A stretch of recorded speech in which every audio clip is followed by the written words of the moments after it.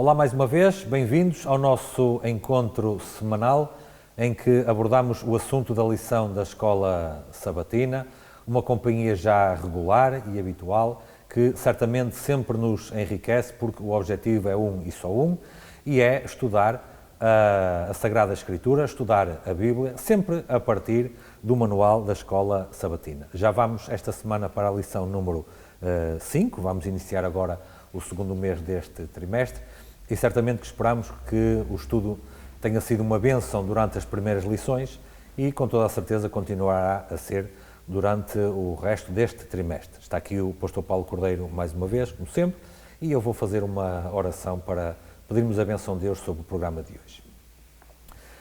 Nosso Senhor, nosso bom Deus, mais uma vez nós temos que te apresentar as nossas graças, o nosso louvor, porque tu nos permites dedicar algum tempo ao estudo da Escritura, ao estudo da lição da Escola Sabatina, que certamente é uma grande bênção para todos, para nos alimentar a cada dia, a cada semana e a cada tema diferente que vamos tendo. Amém. E assim nós te queremos pedir que tu nos abençoes a nós e àqueles que estão a ouvir, para que possam verdadeiramente aprender mais sobre a pessoa de Jesus, sobre a sua vida missionária, sobre a sua vida prática, em favor da maior obra que pode haver, para que a cada dia que passa tu possas reconhecer em nós como cada vez mais verdadeiros e fiéis servos. Isto nós te pedimos e te agradecemos em nome de Jesus. Amém. Amém. Pastor, testemunhando com o poder do Espírito, será que temos aqui uma lição para rever o livro de Atos, se calhar em primeiro lugar até os primeiros capítulos? Porque esta lição, como é evidente, fala do poder, do auxílio que o Espírito Santo faz na nossa missão e no nosso discipulado, não é? Uhum. E o livro de Atos, como é bem explicado durante a lição, não é? Será, porventura, o expoente máximo que nós temos em toda a Escritura daquilo que o Espírito Santo pode fazer na Igreja que somos todos nós hoje, não é? Eu começaria por dizer que testemunhar sem o poder do Espírito Santo praticamente não é testemunhar, Pois. É falar. É como um badalo que soa, não é? Portanto, não tem qualquer valor, não tem qualquer poder, porque aquilo que se pretende através do testemunho é não apenas passar uma mensagem. É passar uma mensagem, obviamente que sim, mas é passar uma mensagem viva que tem o poder de transformar os ouvintes. Não deixar na mesma. Exatamente. E é claro que não vai transformar todos os ouvintes, porque senão, cada vez que nós testemunhássemos, todas as pessoas, sem exceção, aceitariam, mas vai transformar a vida daqueles que são receptivos a essa mensagem que chega com poder. O que mostra que aqueles que não aceitam é porque estão a fazer oposição, portanto, a essa influência poderosa do Espírito Santo neles. Uhum. Portanto, testemunhar sem o poder do Espírito equivale, portanto, a zero, ou seja, não tem valor. Eu mencionei o livro de Atos, Exato. Porque logo no livro de Atos, logo no início, melhor dizendo, após a ascensão de Cristo, os discípulos são instruídos a aguardarem até que do alto fossem revestidos de poder, não é? Uhum. Então eles passam aqueles 10 dias no aposento alto, não é? Uhum. E ao fim desses 10 dias, que são simultâneos com aqueles episódios relatados em Apocalipse 4 e 5, uhum. O Espírito Santo é derramado, não é? E a Igreja recebe o poder para começar a fazer a obra para a qual Cristo a tinha incumbido. Exatamente. Não é? Portanto, começou com aqueles 12 seus discípulos e depois acabou por se espalhar para todo o mundo até aos dias de hoje. Mas uma primeira pergunta que é feita aqui para reflexão é: como é que é possível 12 homens que não eram particularmente instruídos, não é? Eram homens simples, com os seus ofícios simples ou até banais, como é que aqueles 12 homens foram capazes de iniciar um movimento que acabou por se alastrar a todo o mundo e tem milhões e milhões de seguidores hoje pelo mundo inteiro? A primeira conclusão é que tem que ser alguma coisa acima daqueles 12 homens, como é evidente, não é? É evidente. Tem que ser um poder acima da capacidade humana. Portanto, nós podemos perceber que a missão da Igreja, a função evangelizadora da Igreja, como o pastor dizia muito bem, não pode ser, não é, nunca será uma obra exclusivamente humana. Bem pelo contrário, os seres humanos precisam sempre de algo fora deles para fazer cumprir com essa missão. É isso mesmo, Filipe. E eu gostaria de recordar aos queridos irmãos que nos seguem que Jesus, pouco antes da ascensão, ele deixou precisamente esta indicação aos seus discípulos, que nós lemos no capítulo 24 de Lucas, capítulo 24, e a partir do versículo 46 até ao versículo 49, lemos o seguinte: e lhes disse: assim está escrito que o Cristo havia de padecer e ressuscitar dentre os mortos no terceiro dia, e que em seu nome, ou seja, em nome de Cristo, se pregasse arrependimento para a remissão de pecados a todas as nações, começando em Jerusalém. Vós sois testemunhas destas coisas. Eis que envio sobre vós a promessa do meu Pai. Permanecei, pois, na cidade, até que do alto sejais revestidos de poder. Então, os discípulos claramente ouviram esta referência que Jesus fez, e eles então aguardaram. E quando é que eles foram revestidos? É isso que o pastor está a dizer, não podiam exercer o ministério sem que o Espírito Santo... Exatamente.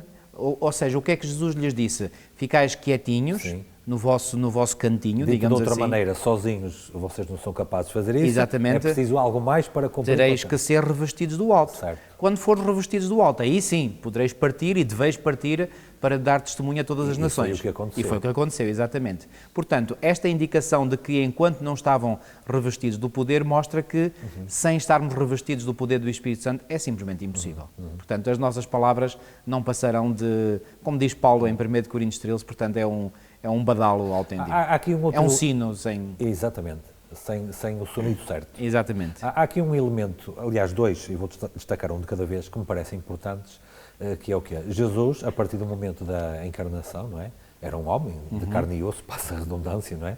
Era um homem de carne e osso como nós, e então, como homem de carne e osso, não podia estar em todo lado ao mesmo tempo, não é? Certo. E a Igreja tinha uma tarefa que, à dimensão humana, era absolutamente hercúlea, não é? Quer dizer, uma coisa impressionante. Então, no momento em que Deus sai, com aquela pequena pausa, que no fundo foi só uma preparação de 10 dias, não é? No momento em que Cristo sai, em que Cristo se ausenta, e até o dia de hoje ainda não voltou, não é? A divindade não se fez ausente, fez-se representar aqui também, através desse poder do Espírito Santo, que veio fazer o quê? Porque às vezes há esta ideia errada que nós podemos ter, que o Espírito Santo veio para nos dar uma ajudinha, não é? Veio para nos dar uma mãozinha. E o pastor Marco Finley escreveu aqui: testemunhar, isto é na parte final do domingo, testemunhar é simplesmente cooperar com o Espírito Santo para glorificar Jesus. Ou seja, nós é que cooperamos com a divindade. Exatamente. Nós é que cooperamos com o Espírito Santo. Não é Deus que nos vem dar uma ajudinha a nós, quer dizer...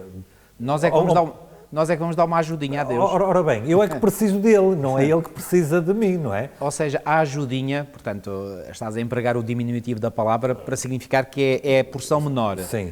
A porção menor é a nossa, Claro. Não é de Deus. A Deus é a maior.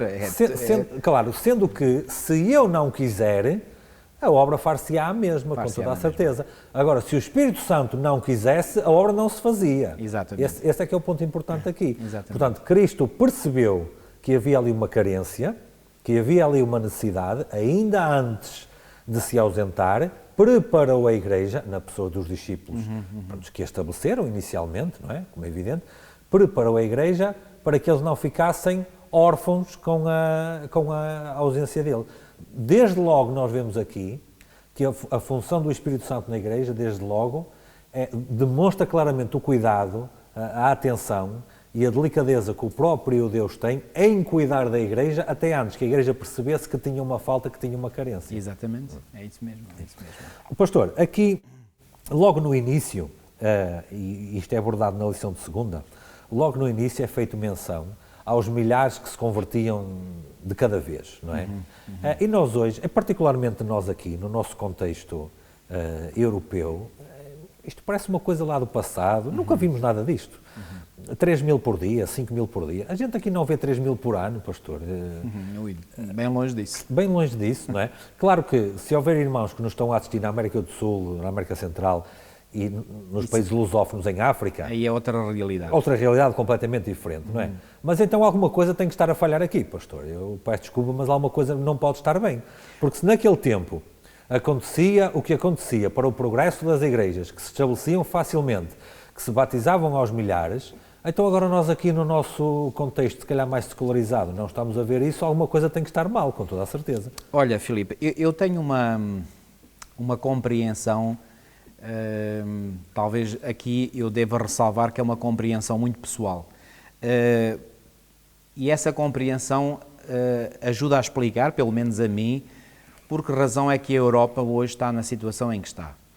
Repara, Jesus foi claro, por exemplo, e eu vou começar por ler aquele texto que todos nós conhecemos muito bem, que é Atos, capítulo 1 e versículo 8, que diz assim: Mas recebereis poder, cá está, o poder do Espírito Santo, ao descer sobre vós o Espírito Santo, e sereis minhas testemunhas. E o que é que Jesus diz a seguir? Agora aqui vai referir-se a áreas geográficas. E sereis minhas testemunhas tanto em Jerusalém, ou seja, onde é que a mensagem deveria começar? Era em Jerusalém. Onde eles estavam. Exatamente, em Jerusalém, como em toda a Judeia, portanto... Imediatamente à volta. A Judeia era, portanto, o território do qual Jerusalém era a capital, e Samaria, portanto, aí já era, digamos, uma nação estrangeira, e até aos confins da terra. Depois, no livro de Atos, nós sabemos que, portanto, a obra começa no Médio Oriente, certo? Em Israel e em Jerusalém. Já agora, eu acredito num modelo simétrico da história e acredito que é lá que irá terminar também. E segundo a revelação, também é em Jerusalém. Repara bem, nesse modelo simétrico da história, Jesus ascende aos céus em Jerusalém, isto é facto histórico, está aqui relatado, e sabemos pela profecia que Jesus descerá sobre o Monte das Oliveiras, sem tocar, mas descerá sobre o Monte das Oliveiras, que é Jerusalém. Então Jesus subiu ao céu em Jerusalém e descerá do céu até Jerusalém. A obra inicia-se em Jerusalém, irá terminar em Jerusalém. A obra, depois de ter se iniciado no Médio Oriente, o primeiro continente ao qual a obra missionária passa é a Europa. Quando Paulo tem aquela visão em que vê um varão, diz, passa a Macedónia e ajuda-nos. A Macedónia foi o primeiro local a ser evangelizado na Europa. Que é, contextualizando, é no norte da Grécia. É no norte da Grécia, exatamente. Hoje até há lá uma região que é... Há a Macedónia do Norte e a Macedónia do Sul. Exatamente. Até, voltou a haver esse nome Macedónia, sim, porque esse território da atual Macedónia estava incluído na antiga Jugoslávia. Ok? Portanto, é aí nessa zona. E ainda há uma província da Grécia que se chama Macedónia. Macedónia também. Portanto, essa foi a primeira parte do continente europeu a ser evangelizado. A partir daí, obviamente, e como nós sabemos, estendeu-se a todo o continente europeu. E durante séculos, onde é que a Igreja estava estabelecida? Era na Europa. Onde é que a apostasia da Igreja começou? Na Europa. Onde é que se deu a consolidação da apostasia? Na Europa. Só depois é que, a partir da Europa, saíram missionários para a África, para a Ásia, para outros... E depois para as Américas também. E depois para as Américas. As Américas serão o último... portanto, foi o último continente a ser evangelizado. Agora, há um texto que reflete palavras de Jesus, que está em Lucas, no capítulo 13, e eu quero partilhar este texto, que agora aqui é que é a interpretação ou a compreensão que eu tenho, que diz o seguinte, portanto, Lucas, no capítulo 13, e diz assim, versículos 29 e 30, Lucas 13, 29 e 30, muitos virão do Oriente e do Ocidente, do Norte e do Sul, e tomarão lugares à mesa no Reino de Deus. De todas as partes do mundo. Ou seja, o que é que o Senhor Jesus disse aqui? Portanto, que estarão no Reino de Deus pessoas vindas de onde? Do Oriente, do Ocidente, do Norte e do Sul. Ou seja, os 4 pontos cardeais são aqui mencionados, certo? E depois, no versículo logo a seguir, ele diz assim, contudo, há últimos que virão a ser primeiros e primeiros serão últimos. Repara, depois de uma menção às zonas geográficas do planeta, Jesus faz esta afirmação, contudo, há últimos que virão a ser primeiros e primeiros serão últimos. Eu estava a dizer há bocadinho que o primeiro continente a ser evangelizado depois do Médio Oriente foi a Europa, o primeiro. Então agora, num modelo simétrico, será o último, digamos, a ser desperto. O último a ser evangelizado foi a América, hoje claramente parece ser o que está mais em, claro, mais em fogo. Linha da frente. Na linha da frente, exatamente. Quer a América do Norte, quer a América do Sul também. E repara, facilmente nós reconhecemos, e sem qualquer problema, e aliás já o disse isto muitas vezes, que, por exemplo, a nossa igreja no Brasil digamos, o adventismo no Brasil é primeiro mundo. É primeiro mundo. É fortíssimo. Aliás, é o país que tem mais membros até. Exatamente. O Brasil até é um facto interessante. Isto são factos que eu li já há uns anos, que o Brasil tinha o maior número de adventistas no mundo, tinha o maior número de católicos no mundo e o maior número de espíritas no mundo, ou seja, está no topo do que é bom, do que é mau. Um melting pot muito interessante. Exatamente, ali. É interessante. Portanto, claramente, e o Brasil ultrapassou os Estados Unidos na década de 90, portanto, em número de membros, ok? Portanto, claramente o Brasil é uma potência, não só no mundo lusófono, claro, no mundo lusófono está no topo, mas mesmo no mundo, ok? Mesmo no mundo.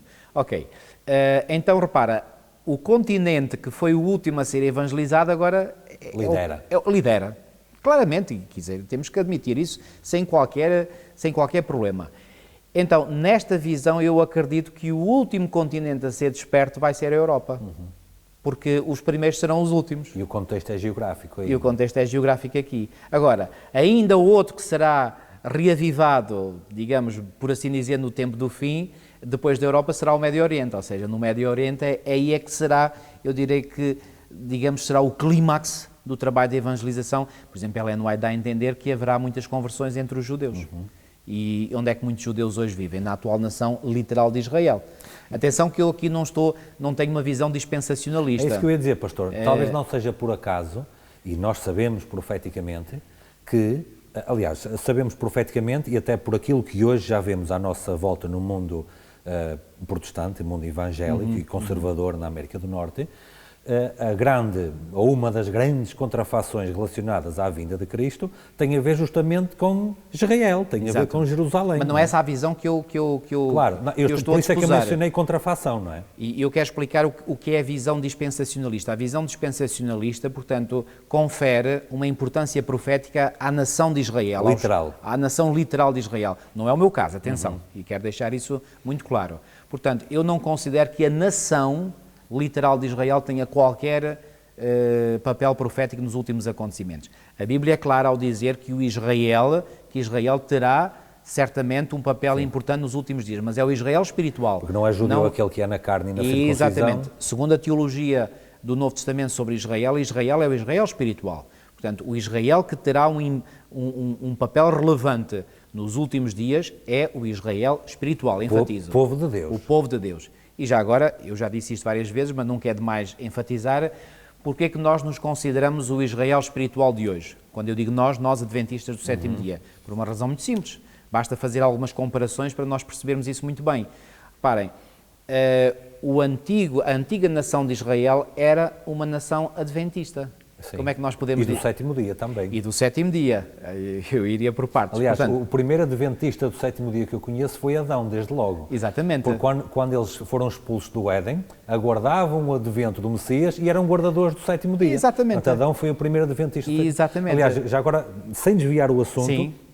Eu fiz uma vez um estudo que tem num sermão sobre 1844, os acontecimentos ali à volta, e encontrei 4 ou 5 citações de Irmã White em que ela menciona Paulo, Jesus e os apóstolos como sendo adventistas do sétimo dia, certo? Mesmo, todos eles. Claro. E, portanto, eram nesse mesmo sentido. Mas continuando o raciocínio... Então, repara, o antigo povo de Israel era adventista, porque aguardava o Messias. Sim. Ser adventista significa... aguardar o advento. Aguardar o advento. No caso, o primeiro. O advento de quem? O advento do Messias, claro. Obviamente. Claro, no caso do povo de Israel era o primeiro advento do Messias. Hoje aguardamos o segundo. Eu até costumo dizer, todo judeu genuíno que ainda não aceita, mas que venha a aceitar Jesus como Salvador, ou seja, qual é o problema do judeu religioso? O ortodoxo. Do judeu ortodoxo, é que ele não aceita que Jesus é o verdadeiro Messias. Certo. Ainda continua à espera do primeiro advento. Exatamente, portanto, este é que é o grande bloqueio, portanto, para o judeu religioso, é que ele não acredita que Jesus de Nazaré é o verdadeiro Messias. Quando, por operação do Espírito Santo, como sempre, não pode ser de outra maneira, claro, o judeu aceitar que Jesus de Nazaré é o verdadeiro Messias, não há nenhuma peça então que falta ele não vai vai esperar o Messias pela primeira vez, vai claro, passar a esperar pela segunda, e aí torna-se um adventista como nós. Do sétimo dia já ele é. Já é. Portanto, ou seja, quando ele aceitar Jesus como Messias, a partir daí, aliás, eu em 2009 tive a oportunidade de ir a Israel e visitámos lá um kibbutz, que é uma comunidade rural israelita, e eu ouvi um judeu messiânico a falar. Repare, eu parece que estava a ouvir um adventista, claramente, portanto, eles têm, só não conhecem o ministério profético de Ellen White, mas o resto, todas as grandes doutrinas bíblicas, eles aceitam, ok? Então, estava eu a dizer que a antiga nação de Israel era adventista, o Israel de hoje é adventista. A antiga nação de Israel guardava o sábado, ou seja, reconhecia o sábado como o verdadeiro dia de repouso. O atual Israel de hoje reconhece o sábado como o verdadeiro dia do repouso. A antiga nação de Israel tinha leis sobre saúde? Tinha. O Israel de hoje também tem leis sobre saúde. O Israel antigo tinha o espírito de profecia no seu seio? Tinha. O Israel de hoje tem o espírito de profecia no seu seio. O Israel de outrora tinha uma compreensão da morte como nenhuma outra nação tinha? Tinha. O Israel de hoje tem uma compreensão do estado do homem na morte como nenhuma outra denominação ou igreja tem. O antigo Israel tinha uma compreensão do grande conflito como nenhuma outra nação tinha. O Israel de hoje tem uma compreensão do grande conflito como nenhum outro povo tem? Tem. Basta dizer que nós somos abençoados, por exemplo, com aquela série de livros chamada exatamente a série do grande conflito, que é o Patriarcas e Profetas, Profetas e Reis, o Desejar de Todas as Nações, Atos dos Apóstolos e o Grande Conflito, que é a história bíblica à luz do grande conflito, ou seja, dando mais ênfase nesta metanarrativa que é o grande conflito. Mas o antigo Israel tinha todos os serviços religiosos centrados no santuário terrestre. O Israel de hoje tem toda a sua teologia centrada no ministério de Cristo no santuário celestial. Então, repara, Filipe, basta estas... Há mais uma semelhança, pastor. Sim, força. Várias vezes o antigo Israel deixou-se cair em apostasia. Eu ia dizer isso, ou seja, eu apresentei os dados positivos, os bons, ou seja, teoricamente eles aceitavam tudo isto, ok? E teoricamente o Israel de hoje aceita tudo isto, mas na prática como é que eles viviam? Muito aquém, como povo, atenção, porque individualmente houve pessoas que se distinguiram. Claro. Por exemplo, Daniel e outros que se distinguiram individualmente, portanto, como andando de acordo com a vontade de Deus. Mas como povo, como nação, nunca estiveram, digamos, todos como nação a seguir o ideal. E hoje é a mesma coisa. Ou seja, nós somos o Israel espiritual de hoje, quer para o bom, quer para o mau. É a mesma coisa. Quando há irmãos que ficam muito aflitos, e sou capaz de entender isso, logo que seja com um bom propósito de honestidade, por ver o estado da igreja, algumas coisas que acontecem, bom, isso é mau, sem dúvida, mas o ponto positivo é este, é que isso demonstra claramente que há aqui uma tipologia que acaba por bater certo, até, exatamente. Não é? Porque acabamos por reproduzir o comportamento daquele Israel que estava lá atrás. Eu recomendo a esses irmãos que eles vão, portanto, estudar a história do antigo povo de Israel e certamente vão se sentir encorajados. Olha, eu até digo um ponto específico, pastor, basta ir ao Patriarcas e Profetas e ler os relatos que a irmã White faz em detalhe dos 40 anos desde o Egito até à terra de Canaã, parece que estamos a ler o estado da Igreja Adventista hoje, ali, naquilo. É igualzinho, é igualzinho. E no meio disto tudo, isto, para não perder aqui o fio condutor da lição, no meio disto tudo, era o mesmo Espírito que lá estava a guiar aquele povo. Exatamente. Que guia o povo hoje também. E, portanto, a minha pergunta inicial, voltando à questão da Europa, pastor, era o que é que está a acontecer aqui? Porque é verdade que o pastor diz que acredita que a Europa vai ser o último continente a ser reavivado, não é? Mas enquanto esperamos, enquanto isso não acontece... Pois, temos que ser perseverantes e temos que ter coragem. E não podemos esperar pelo coletivo. Exatamente. E já agora, talvez alguns irmãos que às vezes nos acompanham, eu sei que há, porque às vezes eu recebo mensagens em privado e sei que também recebes, e eles pensam que as coisas aqui são muito boas do ponto de vista, e eu às vezes tenho que mandar mensagens em retorno e dizer ao irmão, desfaça essa ilusão que tem, porque a vida aqui na Europa, para já, eu não sei porquê, já agora é um bocadinho de parênteses que aqui faço, mas apercebo que alguns irmãos brasileiros têm uma visão muito utópica do que é a Europa e do que é a realidade de vida aqui na Europa. Pensam que aqui é o céu na terra, quer dizer, está muito longe de ser, quer dizer, muito longe mesmo, quer dizer, a vida aqui é cheia de desafios, talvez aqui até haja mais stress do que há, não vou dizer mais, mas é uma vida muito estressante, muito exigente, e depois outra coisa, eu reparo, e já conheci muitos irmãos brasileiros nas igrejas por onde eu tenho passado, e claro, e todos eles são unânimes em dizer que a vida da igreja aqui em Portugal não tem nada a ver com a vida da igreja no Brasil, ou seja, lá a dinâmica é muito maior, lá está, é uma igreja mais reavivada, é uma igreja mais acesa. Repare, eu não estou a dizer isto, repare, eu estou a apresentar factos, não estou aqui a dizer mal da nossa realidade, é a realidade como a temos. Agora, felizmente que apesar de não sermos e não nos podermos comparar com o gigante que é a Igreja no Brasil, pronto, somos a realidade que somos e pela graça de Deus há aqui almas sinceras também, almas dedicadas ao Senhor, a Igreja faz o seu melhor também, sei que sim, é a realidade que Alguém temos. me disse uma ocasião, pastor, porque mais uma vez eu volto aqui a um ponto, mas o Espírito Santo é o mesmo. Claro que Era é. o mesmo no tempo de Moisés, dos apóstolos, Claro que é. é o mesmo nas Américas, como é na Ásia, como é aqui na Europa, e alguém me disse uma vez e com razão, quando nós olhamos para a Igreja cristã de uma forma geral, mas aquilo que nos interessa mais é a Igreja Adventista, como é evidente. Quando nós olhamos para a Igreja aqui na Europa e percebemos esta que é mais do que aparente, é mesmo real, debilidade espiritual, normalmente é apontado o secularismo prevalecente na sociedade. E alguém disse com muita razão. Isso é verdade, existe um secularismo prevalecente na sociedade, mas a Igreja não está assim porque o secularismo existe na sociedade. A Igreja está assim porque o secularismo existe na Igreja. Exatamente. Portanto, nós deixamos... A proposta do Evangelho e das Escrituras é que a Igreja, com o poder do Espírito, transforma a sociedade. Porque transformar é uma palavra muito presente na lição desta semana, não é? A proposta é essa.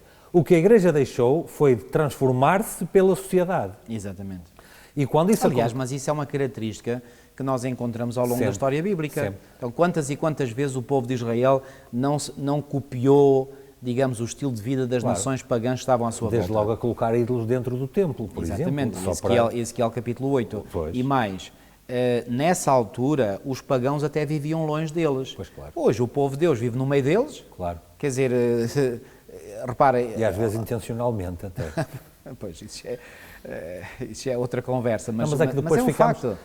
Mas porquê que estamos a enfatizar isto? Não é para apresentar uma imagem que desencoraje, pelo contrário, é para encorajar. E para refletirmos o que é que precisamos de mudar, pastor, porque estamos a falar do poder do Espírito Santo para trabalhar na Igreja, desde logo no indivíduo, em primeiro lugar, não é? E depois no seu ministério pessoal e no ministério coletivo da Igreja, isso é verdade, isso existe, isso acontece, mas depois, por nossas escolhas e por nossas ações, nós afastamos esse mesmo poder, nós o retiramos de lado. E depois ficamos espantados a perguntar porque é que temos poucos batismos, quer dizer, somos culpados da situação e ficamos espantados. Claro, claro. E quando uma comunidade vive às vezes uma determinada, digamos, um determinado modus vivendi, ou seja, um modo de vida, depois já está tão habituado a esse modo de vida que nem se apercebe daquilo que está mal. Exatamente. Ou seja, já se habituou àquele modo de vida que não será o melhor. Mas o que eu queria dizer com isto é o seguinte, é que aos irmãos que moram aqui na Europa, que vivem aqui na Europa, eu diria, não se deixem desencorajar, porque eu acredito que bons dias e melhores dias estarão pela frente. E eu acredito, e aqui vou usar uma expressão muito minha, que a Europa nos últimos dias vai dar cartadas, portanto, no mundo, em termos de evangelização. Obviamente que não serão todos europeus, estou a falar, portanto, dos crentes. Mas isso também não será em todos os continentes. Também, exatamente. Não é? Portanto, será agora, a Europa irá dar cartadas. Irá dar cartadas, ou seja, irá dar um grande aporte ao trabalho de evangelização final, e, digamos, recuperará, digamos, por assim dizer, entre aspas, a sua honra perdida. Mas nós já tivemos porque algo... este é que é o grande, este é que foi o continente mais cristão ao longo da história do cristianismo, mas não é? O pastor falou há pouco da corrupção que o cristianismo sofreu na Europa, não é? Mas aí está um bom ponto para fortalecer e provar aquilo que nós dissemos. Em termos de cristianismo puro, aquele presente na igreja inicial, não é?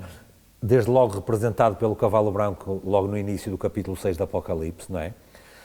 Aquilo passou para vermelho, passou para preto e passou para amarelo, cor de morte, não é? Pronto. Certo. E a Igreja, em 15 séculos ou em 14 séculos, atinge um ponto deplorável, sob um ponto de vista desse cristianismo inicial onde estava. Pela influência de um homem, claro, não foi só de um homem, foi vários que contribuíram, mas essencialmente de um homem que foi Lutero, esse estado deplorável sofreu, por sua vez, um ataque muito forte também, não é? E começou-se a recuperar algo que ainda não está totalmente recuperado, e já agora, quem tem que terminar essa recuperação é a Igreja Adventista do Sétimo Dia, dúvida. Profeticamente falando, como é evidente, não é? A Igreja tem que recuperar, mas há 500 anos atrás começou-se a recuperar algo, e foi aqui tudo na Europa que aconteceu. Aqui na Europa. Onde é que a reforma protestante se deu? Foi na Europa. Aqui. É evidente que quando nós falamos, por exemplo, já do reavivamento adventista, Aconteceu um pouco em todo o mundo, aqui na Europa também, mas onde ele teve o ponto forte, o ponto alto, já foi nos Estados Unidos. Ou seja, aí, portanto, o cristianismo já se deslocalizou para os Estados Unidos. Aliás, é muito interessante. Em consequência da Reforma, justamente. Em consequência da Reforma Protestante, exatamente. Mas a Reforma Protestante foi europeia, não é?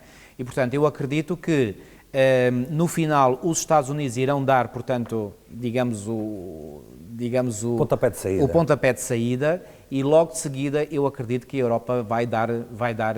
Portanto, esta é a minha visão, com base naquelas palavras de Jesus, que aparecem num contexto geográfico, não é? Desde logo, pastor, desde logo nós temos promessas de que as crianças terão um papel preponderante nesse trabalho também, não é? Como já tiveram na Escandinávia nos tempos da Reforma, certo, por exemplo. Certo. E quando nós vemos essas promessas do derramamento do Espírito Santo, da chuva seródia e do alto clamor, eu não encontro nenhuma limitação geográfica para esse exercício do poder do Espírito Santo. Portanto, vou deduzir que a Europa não pode ficar de fora disso, nem nenhum continente pode ficar de fora disso. Tem que se ver em todo o lado, não é? Mas repara uma coisa, Deus normalmente, quando suscita um remanescente, ele suscita de onde? Do povo de onde a apostasia é maior. Eu vou dar um exemplo ao longo da história.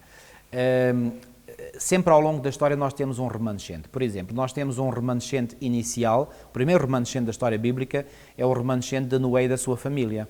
Esse remanescente surgiu de quê? Repara, houve no início, portanto, duas linhagens que foram profetizadas pelo próprio Cristo no Jardim do Éden, em Gênesis 3,15, quando falou da linhagem ou da semente da mulher e a semente da serpente. Ok? A semente da mulher foi iniciada por Abel, mas entretanto Abel foi morto e foi continuada para Sete. Foi Sete que continuou. O cabeça de fila da linhagem da serpente foi Caim, que até João diz em 1 de João 3 que Caim era do maligno. Então temos aí duas linhagens, a linhagem de Caim e a linhagem de Sete. Por exemplo, a primeira genealogia bíblica aparece no final do capítulo 4 de Gênesis, é a genealogia dos descendentes de Caim. Depois, todo o capítulo 5 de Gênesis é a descendência ou a genealogia dos descendentes de Sete. Enquanto estas descendências permaneceram separadas uma da outra, as coisas estiveram muito bem. Mas houve uma altura que os descendentes de Sete começaram a querer misturar-se com os descendentes de Caim, nomeadamente através de casamentos mistos. Eles começaram a sentir-se mais atraídos pelas filhas de Caim. Diz que lá o texto em Gênesis 6, 2, que eles viram que as filhas dos homens eram formosas. Estas filhas dos homens eram as mulheres da descendência de Caim, formosas. E porquê que eles acharam que eram formosas? E eu faço a pergunta, será que as descendentes de Sete não eram formosas também? Certamente que sim. As outras exibiam-se, se calhar. Só que as outras chamavam mais a atenção porque certamente elas vestiam-se de forma mais desavergonhada, ou seja, davam mais nas vistas. O que é que quer dizer a palavra formosa? Vem de formosura, portanto, a sua formosura feminina estava mais exposta. E os homens, portanto, os crentes da linhagem de Sete, passaram a olhar mais para essas mulheres porque as achavam, portanto, elas davam mais nas vistas. Entretanto, eu posso imaginar, a Bíblia não diz, mas para bom entendedor meia palavra basta, que as mulheres que eram descendentes de Sete, ao verem que as outras estavam, por assim dizer, a roubar os seus homens, resolveram competir com as outras. E competir como? Já que as outras estão a atrair, então vamos fazer o mesmo. Então, isso levou a pouco, e não só, mas sobretudo isso levou a uma corrupção generalizada da descendência de Sete, e finalmente, quando chegamos à época do dilúvio, quantos dos descendentes de Sete estavam corrompidos em apostasia? A maioria, a esmagadora maioria. Porque entre aqueles que morreram no dilúvio, não havia só descendentes de Caim, claro. Estavam lá muitos descendentes de Sete também. Então aí houve um remanescente. Então, Deus salva um remanescente porque a igreja, que eram os descendentes de Sete, tinha-se corrompido por completo. Então Deus vai salvar um remanescente. E é através desse remanescente que Ele agora vai repovoar o mundo e vai dar continuidade à linha do seu povo. Entretanto, o que é que acontece? A partir de Noé, pois bem, só um filho é que vai dar continuidade, portanto, às promessas, e esse filho é Sem. Os outros, Jafé e Cã, apesar de terem vivido a experiência que viveram com o pai e a mãe e o irmão Sem, eles esqueceram-se de Deus. Então, a linhagem santa vai-se continuar por Sem. Mas, entretanto, esta linhagem vai-se corromper, e como é que nós sabemos? Por exemplo, em Josué 24:2, há um texto que diz, Josué 24:2, só estamos aqui a fazer um pequeno apanhado para perceber um pouco da história bíblica que nos ajuda a compreender esta lição. Josué 24:2 diz assim: Então Josué disse a todo o povo: Assim diz o Senhor Deus de Israel, antigamente vossos pais, Terá, pai de Abrão e de Naor, habitaram de além do Eufrates e serviram a outros deuses. Ou seja, quem era Terá, pai de Abraão? Se formos ver a genealogia que está em Gênesis 11, eram descendentes de Sem. Então esta descendência de Sem começou também, por sua vez, a degenerar, a ponto de caírem em idolatria, em apostasia. E quando Deus viu que a descendência dos semitas, assim chamados também, ou seja, a descendência de Sem, estava tão contaminada que já não havia quase hipótese de a salvar, o que é que ele fez? Foi procurar um remanescente. E que remanescente foi esse? Foi Abraão. Por isso é que diz a Abraão: sai da tua terra, da tua parentela. Temos aqui o primeiro convite para sair de Babilónia. Porque Abraão saiu de Ur dos Caldeus. Ora, Ur dos Caldeus era uma cidade de Babilónia. O primeiro convite na história bíblica para uma saída para fora de Babilónia. Portanto, Abraão, pode, por assim dizer, é o pai de todos aqueles que um dia saíram para fora de Babilónia. Ora, isto é um grande tipo para aquilo que acontecerá no fim, porque no fim também há um chamado para sair de Babilónia. Ok? Então, depois essa descendência de Abraão vai ser o remanescente que agora vai dar origem ao povo de Israel. Entretanto, o povo de Israel corrompe-se, não é? E vai haver uma divisão da nação de Israel em dois reinos, o reino do norte e o reino do sul. O reino do norte vai perder-se por completo, fica um remanescente que é a tribo de Judá. Mas depois esta tribo de Judá vai ser levada cativa para a Babilónia. Mas depois vai haver um segundo apelo para sair de Babilónia e só sai um remanescente, a maioria fica por lá. E é com esse remanescente que se mantém a nação de Judá até ao primeiro advento. Mas no primeiro advento de Cristo a nação estava tão corrompida que já não havia possibilidade mais de a salvar e o Senhor vai tirar dessa nação um remanescente e com esse remanescente criar o quê? A Igreja Cristã. Mas depois a Igreja Cristã vai se corromper e vai entrar em apostasia. E em determinado momento dessa Igreja corrompida Deus vai retirar um remanescente. E que remanescente é esse? É o remanescente que vai dar origem ao protestantismo. Mas depois o próprio protestantismo vai corromper-se tanto que vai chegar um momento que está tão corrompido e o Senhor vai dizer assim: eu vou retirar um remanescente do protestantismo, e cria o adventismo. E agora, no tempo do fim do adventismo, sairá um outro remanescente, que é o remanescente do remanescente. Atenção, este remanescente não será mais um remanescente organizado, esse remanescente é o último remanescente, é os 144 mil. Eu acredito que o último remanescente organizado é esta Igreja, mas nem todos, infelizmente, nesta Igreja se salvarão. Ellen White diz que quando vier a grande crise, que será orientada pelo decreto dominical, o que é que acontecerá? Diz lá que... Ainda que Israel seja como a areia do mar, somente um remanescente será salvo. Ela diz que, portanto, uma classe numerosa abandonará, portanto, a Igreja. Ou seja, a teologia do remanescente está incrustada em toda a Bíblia, em toda a história bíblica. E eu, ao ler a história dos remanescentes anteriores, já sei o que é que está a acontecer e vai acontecer. Exatamente. Agora. Então, olhando para a experiência dos remanescentes anteriores, nós podemos compreender melhor a nossa posição hoje. Aquilo que eu desejo é que, pelo poder do Espírito Santo, que é o tema da lição desta semana, nós possamos ser esse remanescente fiel. Então, o poder do Espírito Santo existe hoje, para contextualizar agora aos nossos dias, e ele existe hoje para capacitar cada um e depois o coletivo que ainda existe, para que possamos trazer o máximo possível para o verdadeiro remanescente. Exatamente, porque nós sabemos, e Jesus disse que em todas as épocas ele tem ovelhas noutros apriscos. E o que o Senhor prometeu que irá fazer no tempo do fim é ter um único rebanho com um só pastor. Agora, para que isso aconteça, tem que haver, e nós adventistas ouvimos aquela expressão, o alto clamor. O alto clamor é a última chamada de misericórdia. É o último apelo que será feito. Agora, esse último apelo, esse alto clamor, será dado em circunstâncias muito desafiadoras, mas muito desafiadoras mesmo.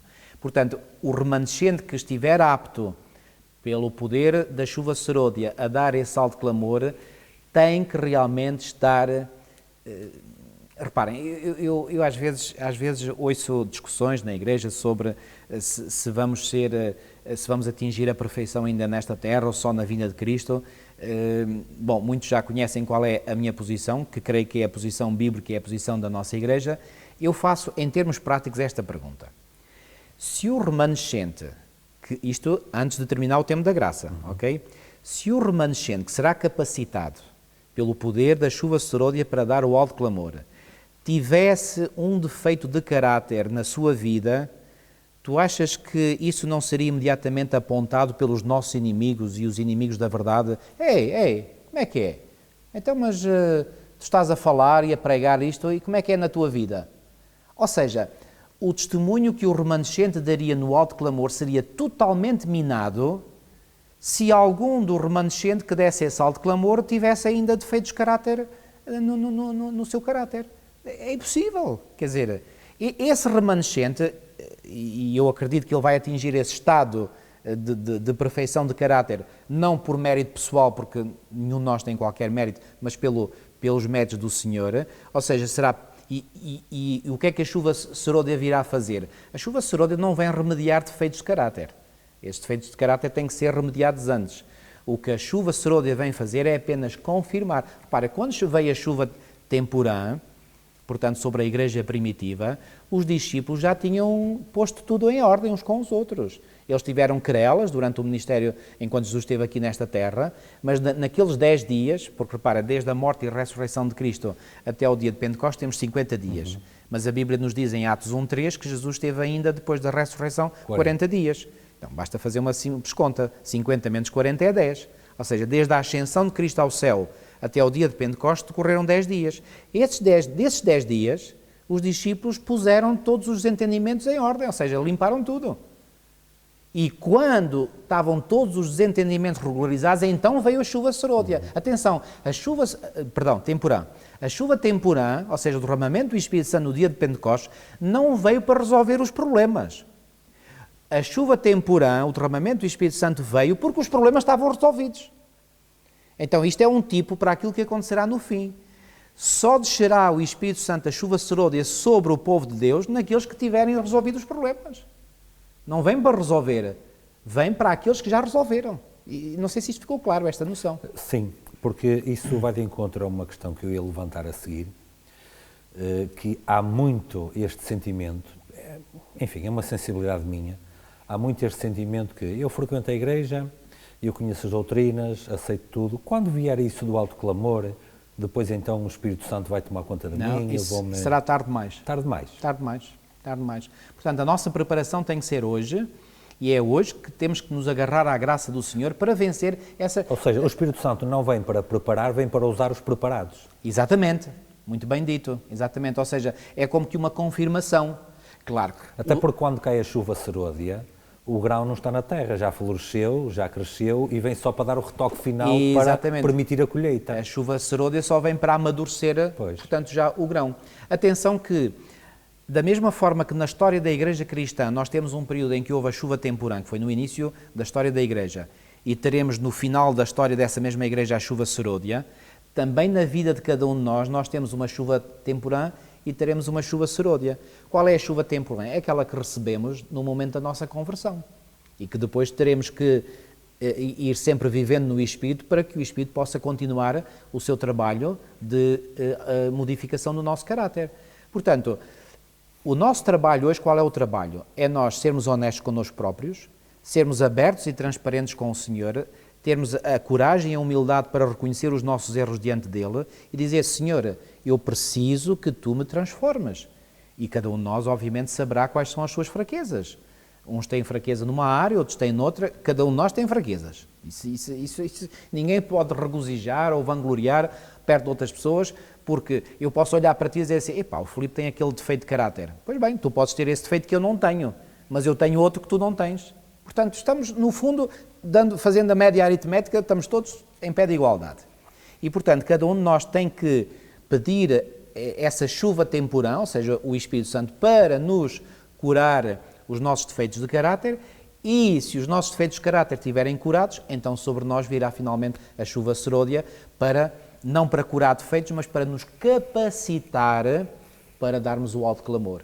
E se o alto clamor, volta a dizer, fosse dado por alguém que ainda revelasse defeitos de caráter, se os nossos inimigos pudessem encontrar um defeito que fosse para nos atirar à cara, eles o fariam. Desde logo. Mas Deus não irá permitir. E, claro, aqueles que conservarem defeitos de caráter, Deus não poderá usar na sua obra. É isso mesmo, ou seja, aqueles que não estiverem preparados em tempo útil, caem fora, como costuma dizer, não é? Caem fora. infelizmente.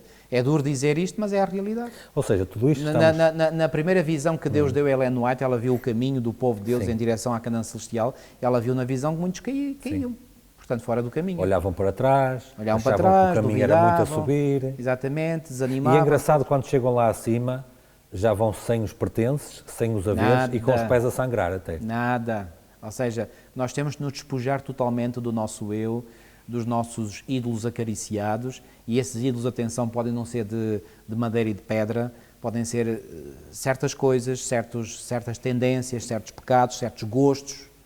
Repara, e por falar em gostos, muitas vezes há gostos que não estão ainda santificados, porque há pessoas que ainda gostam de comer isto ou beber aquilo, que até sabem que não está de acordo com a vontade de Deus, mas persistem. Portanto, nós temos de ter a coragem de fazer essas reformas necessárias e deixar... Repara, se alguém, por exemplo, ainda tem gosto por comer carne, pronto, eu não estou a dizer que esse gosto não possa existir. O que eu digo é que esse gosto tem que ser vencido. Porque foi revelado que o povo de Deus finalmente deixará de comer todo o alimento cárneo. Eu não quero ser modelo para ninguém, mas pela graça de Deus essa foi uma vitória que o Senhor me deu há 30 anos atrás. E desde então nunca mais entrou carne nem peixe na minha boca. Agora, quer isso dizer que eu já atingi a perfeição em todo o aspecto? Não. Por exemplo, uma das coisas com as quais ainda luto, já consegui uma grande vitória sobre aquilo no passado, é, por exemplo, a questão do açúcar. Eu sou um sugar, como é que se diz? Um açúcar fóbico. Fóbico não, um amante do açúcar, ou seja, as coisas doces, tudo o que é doce, portanto, fascina o meu paladar.